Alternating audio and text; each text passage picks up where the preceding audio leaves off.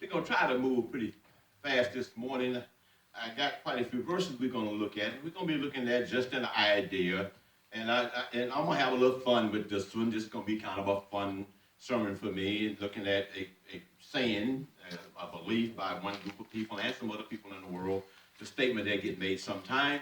And we're going to read that down and look through it. And it's, like I said, it's going to be a serious subject, but looking at it from a kind of a fun perspective for me anyway. And we'll be in several places. We'll be starting out in the book of Genesis. We'll start there in Genesis chapter 1. We'll read a few verses and we'll go about 5 places to make a point. And really, I can go ahead and tell you what this is going to be about. This sermon is going to be named, and then I gave it a name, and this is kind of a fun title for me.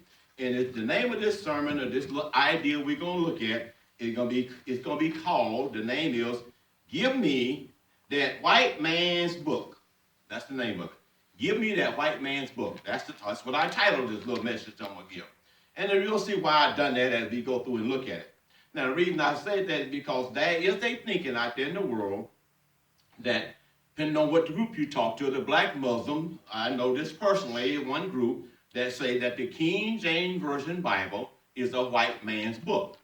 And they're not the only one to believe that. There are some other nationalities that have took on this same type of thinking that the King James Version Bible was written by King James, which is not true, a white man, to keep all the other nationalities that was not white under oppression, to keep them subjected, to keep them from standing up for themselves. That's really the concept. And the black Muslim pushed this here idea, the black Muslim religion pushed this idea a lot. And because they have told me personally that's what they believe. But they're not the only group that think the King James Bible is written by a white man to keep other nationalities down or to oppress them. And we're just going to look at that, why I believe that's not true. We're going to kind of look from that standpoint that give me that white man book, give the King James Version white man book. We're going to look at reasons, just some reasons why I think we need to look at why I think if it is a white man book, I would want it. That's the standpoint I'm coming from. If the King James Version is a white man book, these are the reasons I would want it. And that's really what I'm going to make the point in. And we're going to start in Genesis here. Genesis chapter 1, verse 26 and 28. So 26 through 28, Genesis chapter 1. And Genesis 1, 21, 26, God said, let us make man in our image, after our likeness, and let them have dominion over the fish of the sea, over the fowls of the air, and over the cattle, and over all the earth, and over every creeping thing that creepeth on earth. So God created man in his own image. In the image of God created he him, male and female created he them. And God blessed them, and God said to them, be fruitful and multiply, and replenish the earth, and subdue it, and have dominion over the fish of the sea, and over the fowls of the air, and over every living thing that moveth upon earth. Now, this white man book, so-called, some people believe. Now look what I find in Genesis. And God said, let us make man in our image, after our likeness, and let them have dominion. So God created male and female in it. Well, this book tells me that I'm made in the image of God. And that all men are made in the image of God. It tells me I didn't evolve. There's no such thing as evolution. That every human being is made in the image of God. So which means every human being is equal. Well, I like this book already. I mean, this is pretty good. If it's a white man book, he tell me I'm equal with everybody else in the world. I like how he writing it. I like what he put in there. Because he's saying you equal with me, and every human being is equal with me. So if this is a white man book, I really like how he's starting out. I like a book that tell me I'm just as good as anybody else, and I'm made in the image of God. That's pretty good. I think that's pretty good. So and then let's go to Acts 17. Then we'll go run over to Acts 17 and look at something else, because this is going along the same idea. Acts 17, 23 through 29. And Paul making this same kind of argument here on Mars Hill. Acts 17, verse 23 through 29. And 17, 23 says, for as I passed by and beheld your devotion, I found that author, this church is the unknown God, whom therefore you eagerly worship, him I declare unto you. The God that made the world and all things therein, seeing that he is the Lord of heaven and earth, dwelling not in temple made with hand. neither is worship with men's hands as though he needed anything, seeing that he giveth life and breath and all things. And he had made of one blood all nations of men for to dwell on the face of the earth, and had determined the time before appointed the bounds of their habitation. This God that's in this white man book have made of all, everybody, all made of one blood. All nations, all human beings come from one blood to dwell on the face of the earth. And they determined the time before the appointed bound, and they determined that they were all going to be different nations all over the world. But we are all his offspring, in verse 28. For in him we live, move, and have our being, as certain of the also your own poets have said, for we are also his offspring. Everybody is offspring to God. No evolution. No one person evolved higher than others. No one superior man and that's going to evolve over a button and shoot the press down. That's what evolution teaches. I'm glad this teaches I didn't evolve. That is one group that's higher than another group. We're all this offspring. So this book that supposedly a white man wrote just told me every human being is made from God and equal. And all this offspring. I like this book. Making me equal with everybody on the planet. That's pretty good. I mean, I kind of like the way the white man writes it. So if King James wrote it, he's doing a pretty good job so far. Now, so let's go back to Exodus 20. We're going back for Exodus 20, chapter 17. And of course, we went forth at our Sunday school this morning. So Exodus 20, verse 17. And this is the section with the 10 Commandments in it. Now, we're going to look at a few of these here. Here in Exodus. Let's read from the 20 verse 3 through 17, but we really just going to read some of these 10 commandments. And he said in verse 20 verse 9, 6 days thou shalt labor and do all thy work.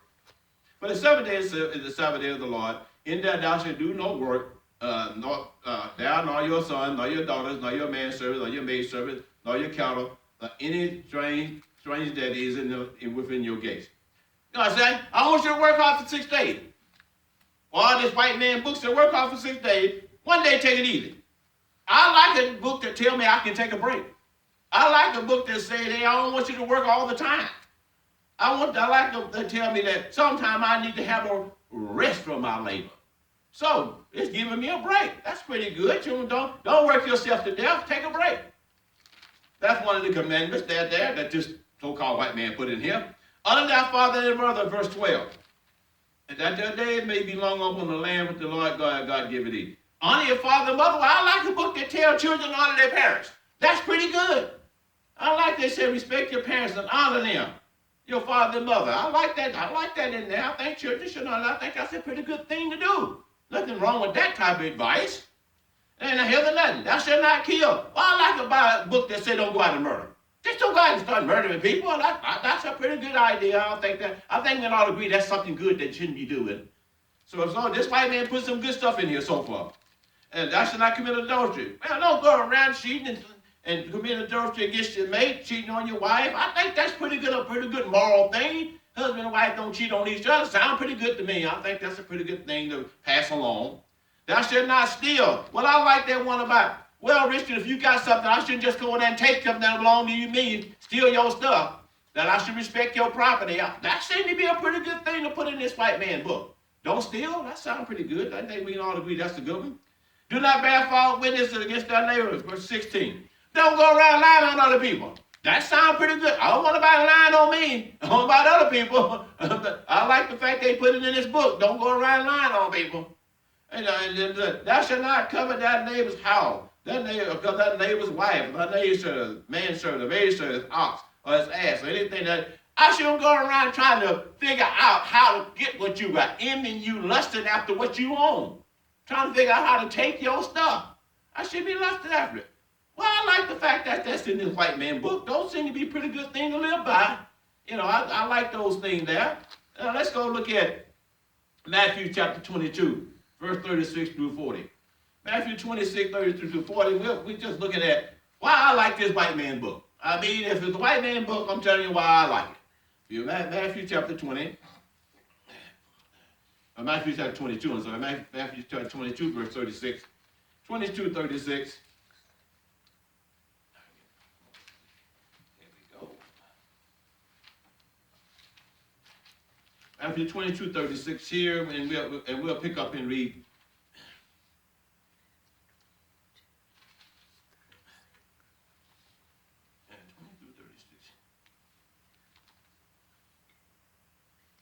Okay, now I'm looking at the wrong book. I'll get out of Luke and get in Matthew. I'll find it.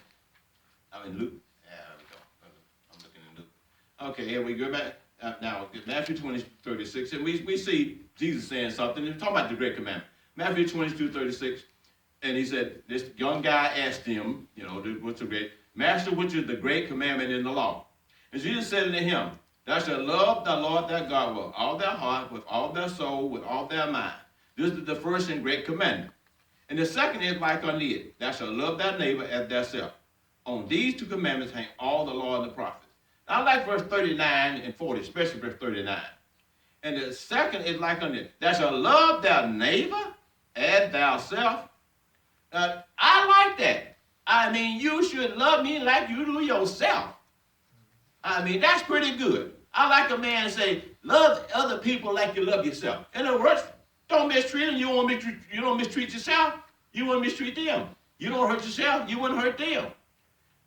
Treat me like you want to be treated. I think that's a pretty good advice. I think that's pretty good. A white man say everyone should be treated with respect and honor just like you would respect yourself. I like that in this book. That's a pretty good thing. I think that's a good thing to practice. I like it can be applied. And I like what the second part is said. And these two commandments hang all the law and the prophets. And he said everything in the Bible can be fulfilled by treating other people like you want to be treated. That's pretty good advice. That's saying, hey, man, no one should mistreat me. No one should treat me like they don't want to be treated. I shouldn't treat you like I don't want to be treated. I should treat you the same way I want to be treated. I should love you like I love myself. That's pretty good. I like that. I would want that. I would want that if the white man told me to do that and he was going to practice that also too. I think that's pretty good. And if everybody go practice that, sounds like a good thing to me to be telling people.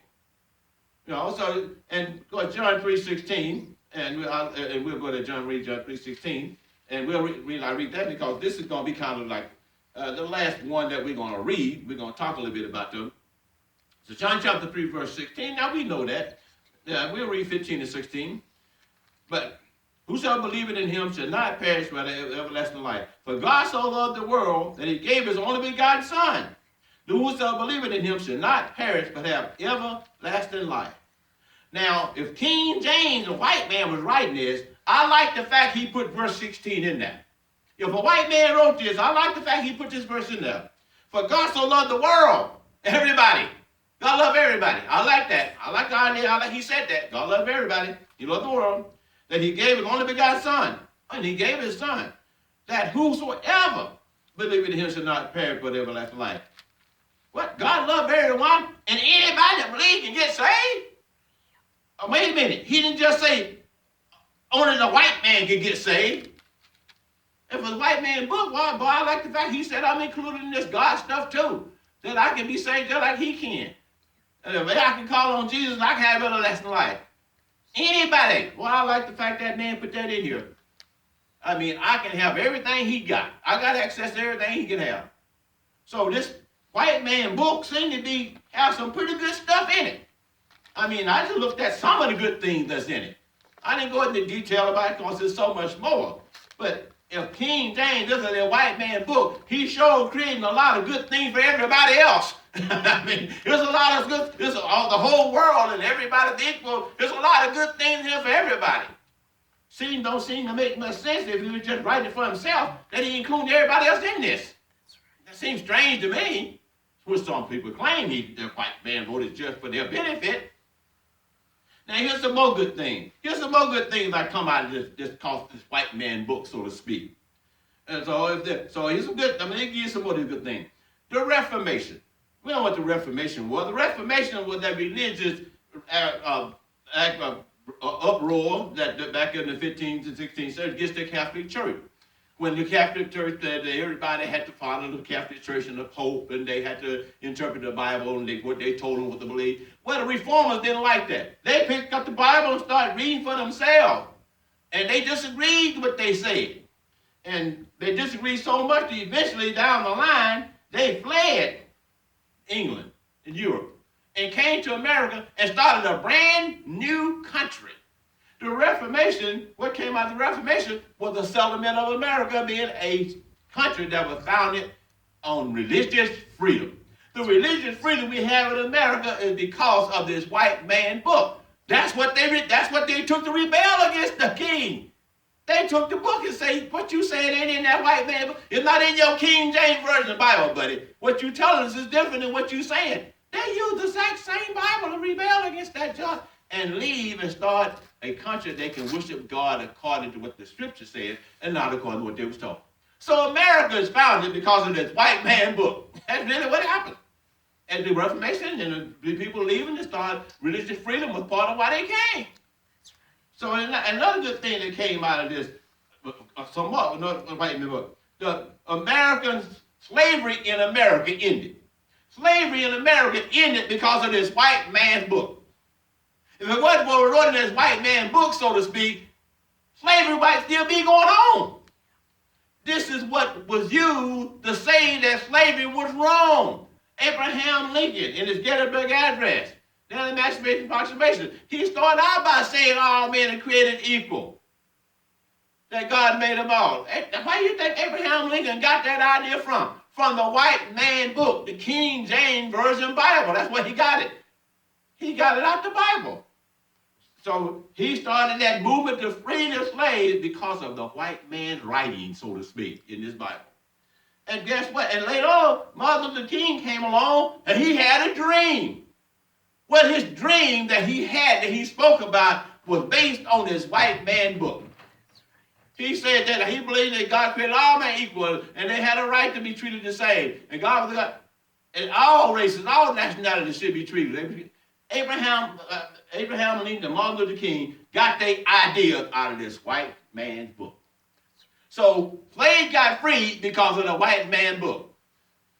Black people can go in the front door, and people in the skin colors can go in the front door now rather than the back door because of this white man book. What changed is what's in here. That's why people can come and don't have to go in colored restroom, colored door, colored section. No.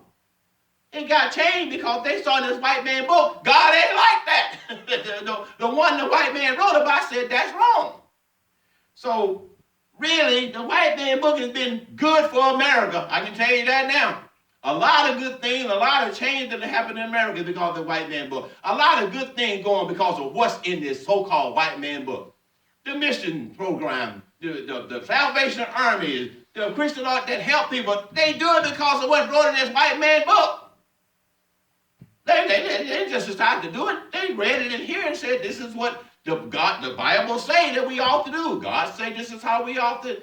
That's why we help people and care about people. And we Christian Guild, and they help the homeless, and they start shelters because of the white man book.